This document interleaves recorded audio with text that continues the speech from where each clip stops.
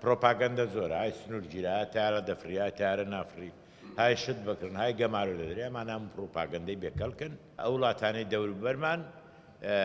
وڵاتن و بەرژەوەندی خۆیان هەیە، دەبێت لەگەڵیان بکەوینە گفتوگۆ ئایا ئەم ڕێفەرەندۆمەی کە لێرە کرا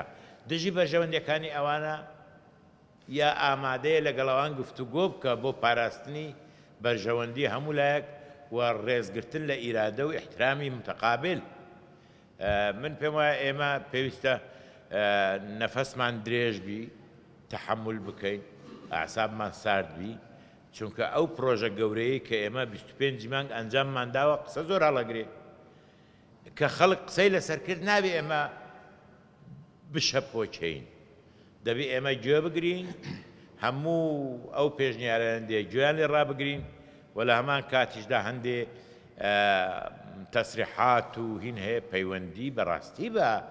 25 مانگەوە نییە، هەندێکی بۆ حەملە ئینتیخاباتە ئەو حیزبانە ئەو کەسایەتیانە دانوێ هەڵبژێردرێنەوە،